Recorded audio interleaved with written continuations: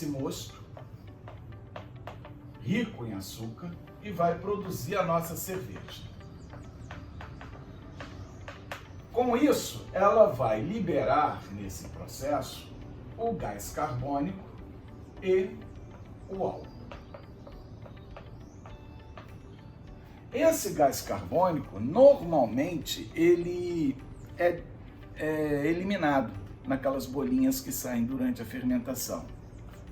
E o álcool, ele é incorporado na bebida. Lógico, se você tiver um fermentador pressurizado, que não deixa esse gás carbônico sair, ele, sob pressão ali dentro, ele só tem uma solução: se dissolver no líquido. E aí a gente chama isso de carbonatação, né, gerando gás da cerveja. É uma forma que a gente faz. Quando a gente termina a cerveja, a gente vai botar gás nela, né? Se a gente tiver um local já pressurizado, isso já pode ser até de forma natural, essa incorporação do gás. Bom, então ela começa a fermentar, produzindo isso aqui, porque tem o quê? Alimento. Enquanto tiver alimento, ela vai fazendo esse processo. Só que, em determinado momento, vocês sabem que os açúcares fermentáveis, eles são limitados, né? Dependendo da receita. Pode ter muito, pode ter pouco. Então, quando o açúcar disponível no mosto começa a cair, então começa a cair os açúcares fermentáveis,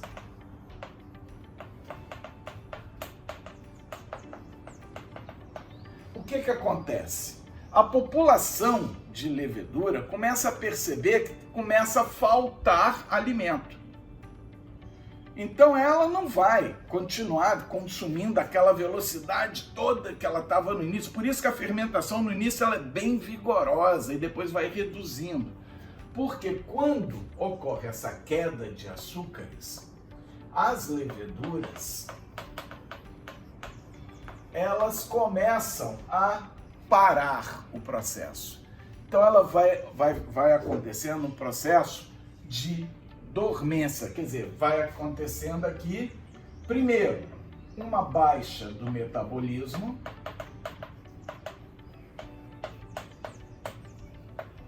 e uma dormência. Essa dormência, ela tem de ir para o fundo, gerar aquela lama. Embora algumas leveduras vão ficar em suspensão, ainda tentando comer o resto daquele açúcar disponível ali.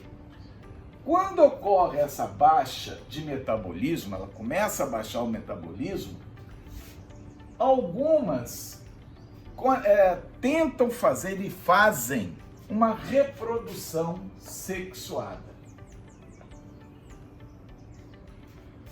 Para quê?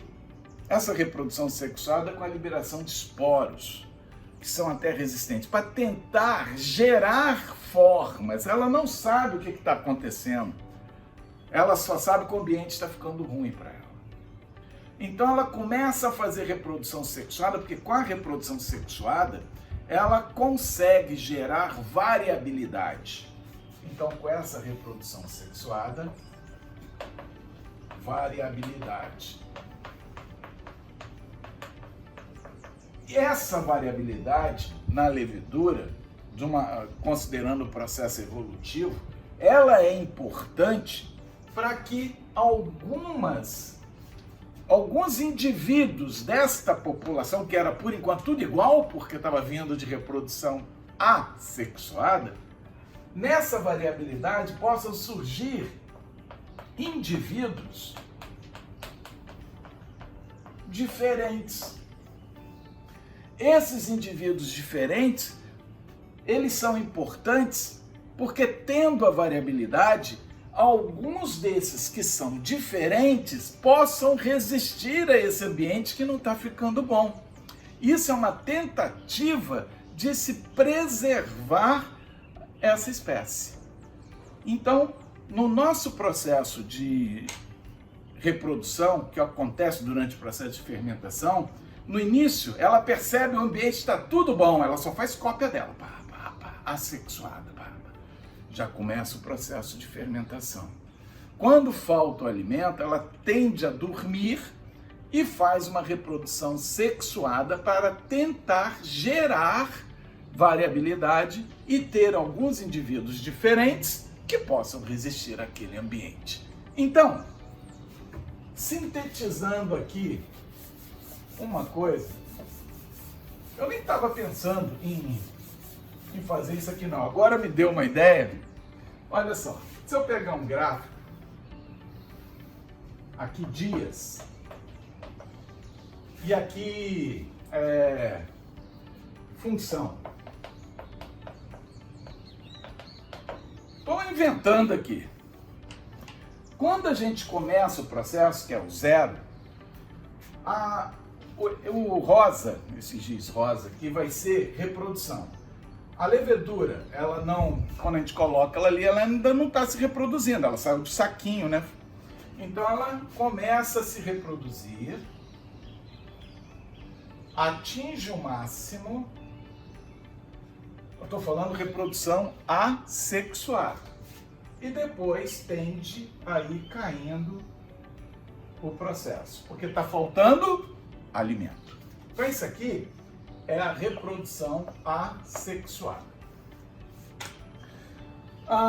Nesse processo de reprodução assexuada, ele começa, aqui também no momento zero, a fermentação já vem e ela começa a aumentar a fermentação e também tende a cair. Isso aqui é fermentação. Então observe que a reprodução assexuada ela tende a ser antes da fermentação, máximo da fermentação. E logo ela começa a acelerar e para antes, a fermentação continua um pouco e depois tende a parar. Quando isso está acontecendo, nesse processo aqui, a reprodução sexuada ela tende a dar uma pequena elevada aqui. Lógico que eu estou chutando esses dados aqui para vocês entenderem apenas como que funciona, a função das coisas, né, durante o processo de fermentação. Então, gente, colocou no mosto, replicou. Depois fermenta, reprodução sexuada. Estou falando, não quer dizer que uma coisa começa só quando a outra acaba, não. É tudo em conjunto ali. É quando uma tem maior função durante o processo de fermentação.